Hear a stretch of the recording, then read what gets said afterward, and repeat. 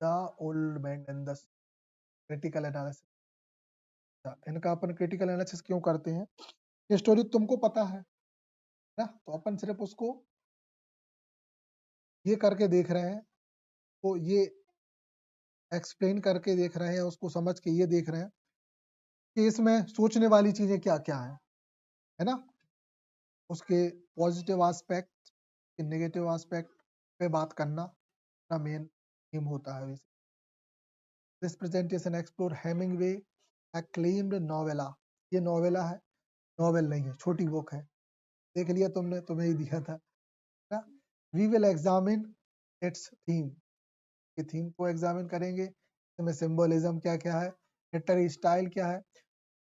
We will also review its lasting impact, और इसका क्या प्रभाव पड़ा वो हम देखने वाले हैं। ठीक, चलो आगे बढ़े।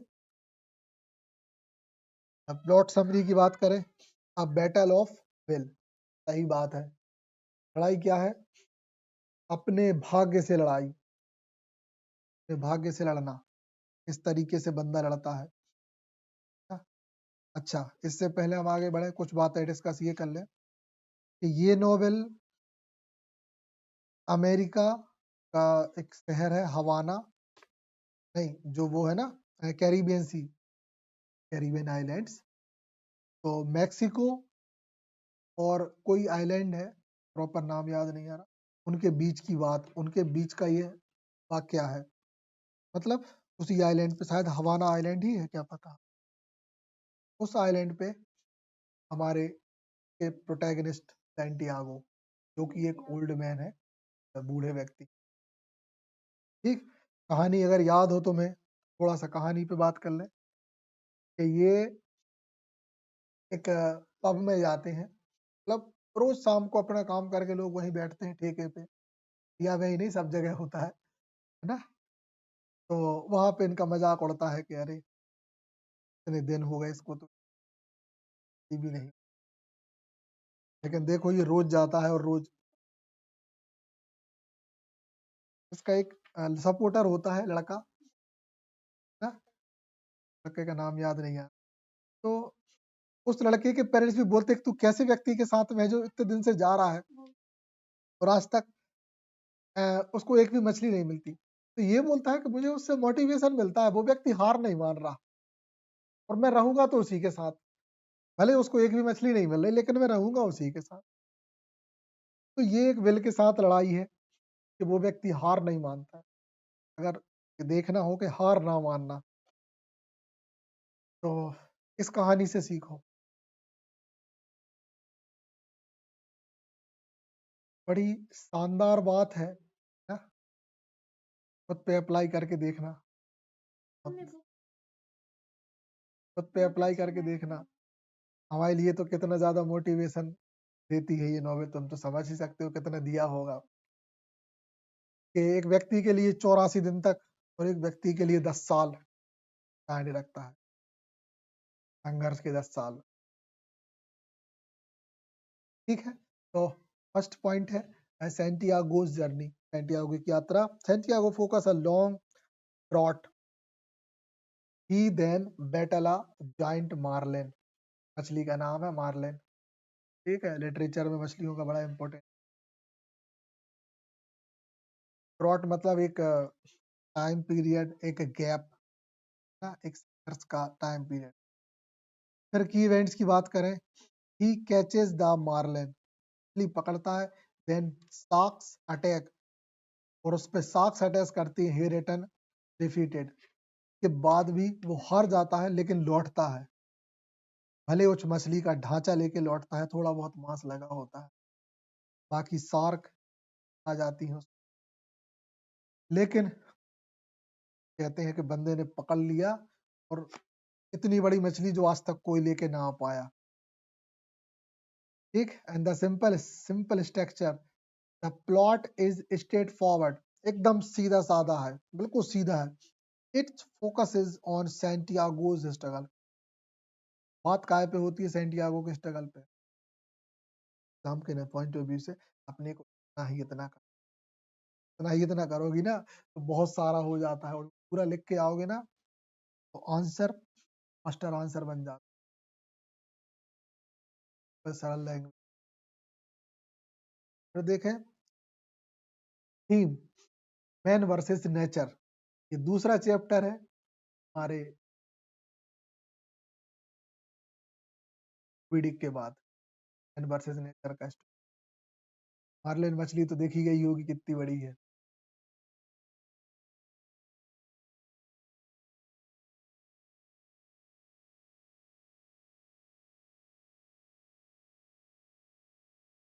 यही है, मछलियां बड़ी खतरनाक बताई हैं अपने सिलेबस में। फिर देखें relationship with sea, Santiago sees the sea as both provider and foe। वो का देखो मतलब ये कि देखो वो जो समंदर है ये समंदर को कैसे देखता है, एक तो अपना प्रोवाइडर मतलब जो उसे चीजें देता है, और दूसरा उसका दुश्मन है ना, उसके against. Respect for the marlin, ये बड़ी बात है इसमें।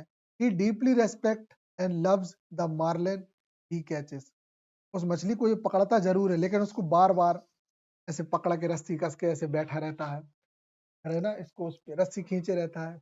फिर इसको दया आती है क्यों पकड़े हो, है ना, ये उसके बारे में सोच कोई बात नहीं, ढील दे देता थोड़ा सा ले आई गई है। और है कि फिर सोचता है अब क्या, आप तो ये रही कैसे भी किनारे पे पहुंच, फिर उससे बहुत सारी मन में ये बातें करता है। बाकी संघर्ष चल रहा है ये कहानी। नेचर्स इंडिफरेंसेस, मतलब प्रकृति में कितने सारे इंडिफरेंस होते हैं, कितने सारे परिवर्तन होते हैं। Hemingway show nature's cold indifference in, मतलब इंसान का भाग्य है ना, और प्रकृति का ठंडापन, मतलब प्रकृति निस्तेज सी रहती है ना, और इंसान का भाग्य, इन दोनों को इसमें शो किया गया है। प्रकृति का ठंडापन से क्या, ये जो नेचर है वो शांत रहता है, वो कोई मतलब कुछ कभी कभी कुछ नहीं करता है ना, बस जैसा है तो चल रहा है। लेकिन इंसान अपने भाग्य से कितना स्ट्रगल करता है, मछलियां लगी हैं उसको चीत, है ना, सोच रहा है कि शायद नहीं बचेगी, कहता है कि बचेगी तो कुछ तो बचेगा, है ना, और प्रकृति अपने रिदम में है, मछलियां अपना काम कर रही हैं, ये अपना काम कर रहा है, लगी हैं, एक भाग्य को लड़ रहा है और एक अपना नहीं, क्योंकि प्रकृति को संघर्ष नहीं करना पड़ रहा वो तो। अगली थीम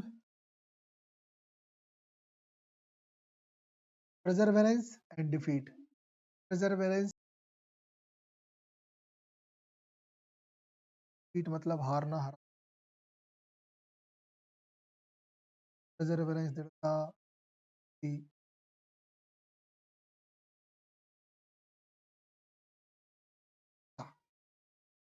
ओके, अनवेवरिंग डिटर्मिनेशन, ऐसा निश्चय है ना जिसको एक्सप्लेन नहीं किया जा सकता। Santiago persist despite age and misfortune, मतलब भाग्य होता है। सेंटियागो परसिस्ट क्या था, डेस्पाइट बावजूद, मतलब देखो कह रहा है कि Santiago persist despite age and misfortune, मतलब उसकी एज जो है वो तो गुजर रही है ना, बनी हुई है, अ, और उसके साथ उसका भाग्य भी बना हुआ है, कि मतलब दुर्भाग्य भी बना हुआ है कि उसकी किस्मत ही खराब है, कहने का मतलब। डिस्ट्रॉय नॉट डिफीटेड, नष्ट हो जाता है लेकिन हार नहीं मानता, ये बढ़िया बात है। He embodies a man can be destroyed but not defeat, इंसान नष्ट हो सकता है लेकिन हार नहीं सकता, के लिए सीखने वाली बात है ये, नष्ट हो जाओ लेकिन हारो मत ना। पैराडॉक्स ऑफ विक्ट्री, जीत का भ्रम, the novel explore the fine line between victory and the loss. हाँ, ये मतलब देखो, ये सोचने वाली बात है। फाइन लाइन का मतलब होता है एक बहुत महीन लाइन। कैसी? कि हम देखते हैं कि इसमें वो उसका मछली में कच्छू नहीं बचता, हड्डा ही हड्डा बचता है ना? और देखने में कोई भी जो व्यक्ति, एक नॉर्मल व्यक्ति देखेगा कि साले तुम मछली पकड़ के लाए हो, कच्छू तो नहीं बचा है इसमें। लेकिन बहुत ध्यान से देखोगे ना, तो वहाँ उसकी जीत है।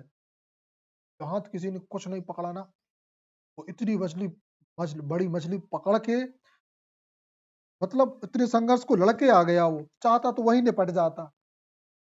इतनी सार्क हमला कर रही, सार्कों के लिए छोटी सी डुग्गी के लिए डुबाना छोटी बात है।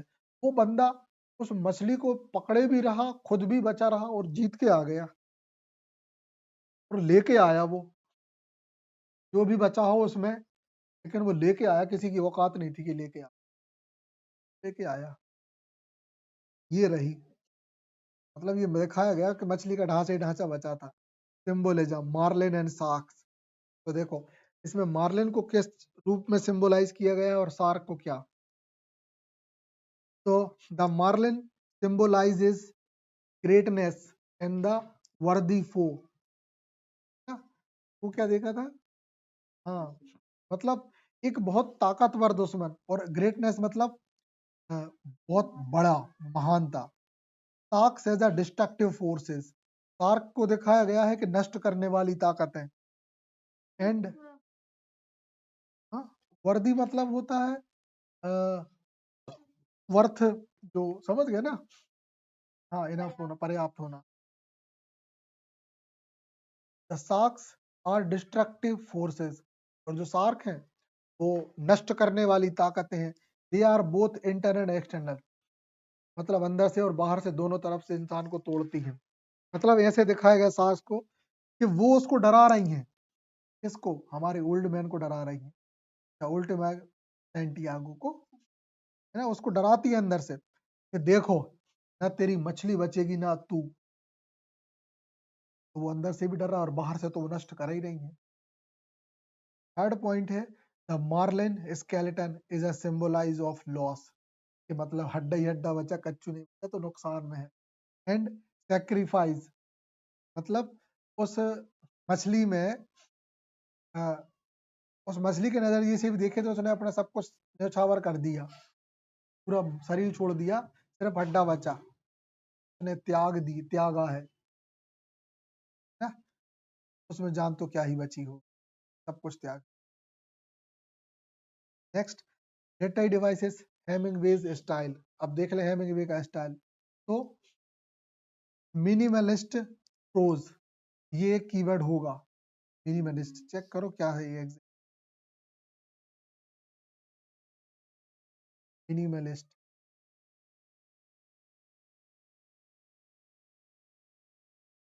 हाँ, मिनिमलिस्ट प्रोज। फिलहाल यहाँ लिखा गया है Hemingway's writing style is simple and direct. Minimalist मतलब क्या होता है? एक ऐसा राइटिंग स्टाइल है ना, जो सिंपल होता है ना? उसमें आसपास की पॉलिटिक्स के एलिमेंट भी होते, पॉलिटिक्स मतलब राजनीति नहीं, या हमारे इन्वायरमेंट से जुड़ी हुई बातें होती है ना, या ऐसी बातें होती हैं जो व्यवहारिक होती हैं। समझ गए? तो जो एग्जिस्ट करता है आज के माहौल में, ऐसी बातों को अपने राइटिंग स्टाइल में ऐड करना। इन द सेंस, उन बातों को डायरेक्ट बताना, डायरेक्ट बोलना, वो मिनिमलिस्ट स्टाइल कहलाता है। अच्छा, एक बात यहाँ पे कॉन्ट्राडिक्टरी है। तुम लोग सोचोगे कि अ, ये जो ओल्ड मैन द सी है, ये डायरेक्ट इसमें बातें की गई हैं या हिडन मीनिंग है? तो देखो, सिंबोलिज्म हिडन ही होता है, समझना बात। सिंबोलिज्म हिडन ही होता है, लेकिन मैसेज डायरेक्ट देता है। ये बात, मैसेज आपको डायरेक्ट मिलेगा। तो मिनिमलिज्म में और हमारी जो सिंबोलिज्म है, इनमें कंफ्यूज नहीं होना। तो मिनिमलिज्म में डायरेक्ट हमको सीख मिलती है समाज के लिए, और सिंबोलिज्म क्या होता है कि हमें इनडायरेक्ट रेफरेंस दे के बताया जाता है। समझ गए? यहाँ पे कंफ्यूजन क्रिएट हो सकता है। फिर देख रहे, सिंपल लैंग्वेज बहुत बढ़िया लैंग्वेज है, अगर तुमने वो बुक पढ़ के देखना। तो he convey deep emotion using the, फिर है iceberg theory. what is unsaid is as vital as what is stated. कहने का मतलब कि क्या है जो नहीं कहा गया, एज अ वाइट जो बहुत हाँ, मिसाल था, एज व्हाट इज स्टेटेड, और क्या है जो सीधा बोला गया, स्टेट बोल दिया गया। तो इसमें यही बात बोली गई है कि देखो बहुत सारी बातें बोली नहीं गई, लेकिन वो वहां पे एग्जिस्ट करती हैं, है ना। और कुछ बातें बोली ही गई हैं, लेकिन उनका डिस्कशन नहीं है। कैसे नहीं है, देखो एग्जाम्पल से समझ कि बंदा स्केलेटन को लेके आता है, तो वहां कुछ नहीं बोलता, कुछ नहीं बताता, लेकिन दुनिया देख के समझ जाती है कि गजब का आदमी है। तो यही पूछा गया है कि व्हाट इज स्टेटेड, क्या कहा गया है, क्या नहीं कहा गया। हाँ, तो कुछ नहीं गया, देख के ही समझ में आता है कि बंदे ने जान लगा दी है। हालांकि आइसबर्ग थ्योरी, मिनिमलिज्म को कभी अपन डिटेल में, अलग से थ्योरीज है बड़ी बड़ी। फिर कैरेक्टर एनालिसिस, सबसे पहले हमारे सद्दू सैंटियागो, है ना, आर्केटिपिकल हीरो। तो हमारे जो सैंटियागो है, सद्दू, एक सच में आदर्श नायक ही है, इसमें एक बहुत शानदार पर्सनैलिटी के रूप में बताया है, ठीक है ना। Santiago shows strength, weakness and, ताकत को भी दिखाता है, कमजोरी को भी दिखाता है, और वैल्यूज हैं जो जो की मतलब उसमें मैंने वो भी दिखाया, है ना। ह्यूमिलिटी एंड रिसाइलेंस, ह्यूमिलिटी मतलब विनम्रता ही है, विनम्रता और पुनः शांति।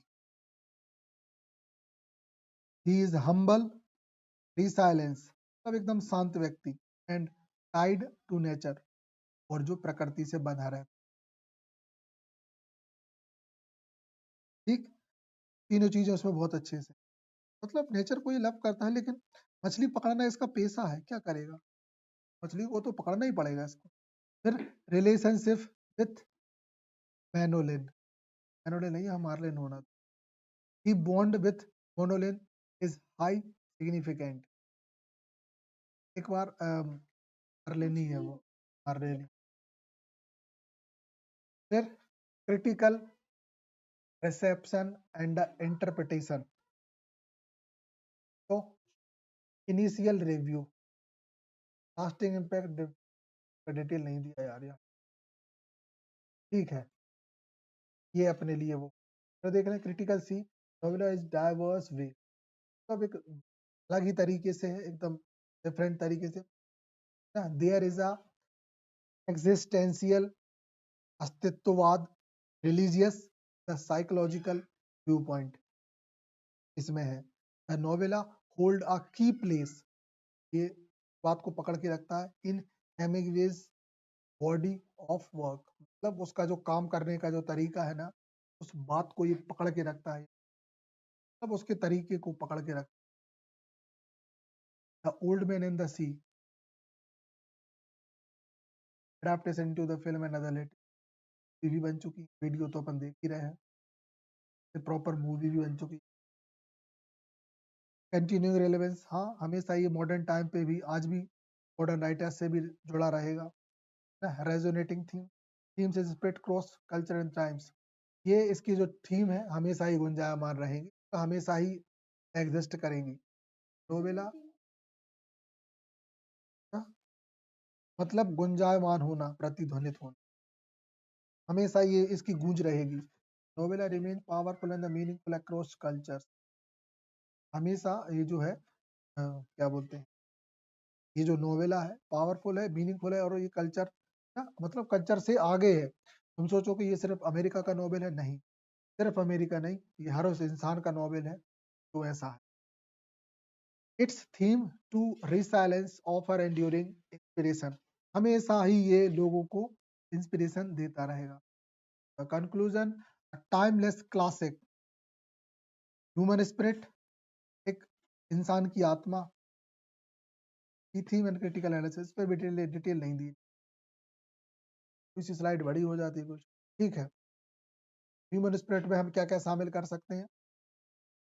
एक अच्छा व्यक्ति ना, एक ऑनेस्ट पर्सन और एक डेडिकेटेड मैन, ये हम इसकी की थीम मान सकते हैं। सॉरी, मतलब एक ह्यूमन स्पिरिट की थीम में क्या करेंगे? नेचर वर्सेस क्रिटिकल एनालिसिस देख चुके, पूरा वही था। तो novella shows the strength of human spirit, इंसान की स्ट्रेंथ को शो करता है as a testament to resilience, मतलब एक व्यक्ति के धैर्य को बताने वाला, टेस्टामेंट मतलब एक अध्याय। It has enduring literary merit, और ये एक लिटरेचर का मास्टरपीस है जो कि मेरिट में रहता है। हमें लिटरेरी मेरिट होना मतलब मास्टरपीस होना, जिसको हमेशा ही पढ़ा जाएगा। और ये ऐसे वर्क है जो कभी किसी को डिमोटिवेट मतलब किसी को भी हिम्मत दे सकते हैं। शर्त ये है कि लोग पढ़ पाए। सबसे बड़ी बात इंग्लिश में है, महान शख्सियत देखती ही नहीं है। लाइट खत्म होती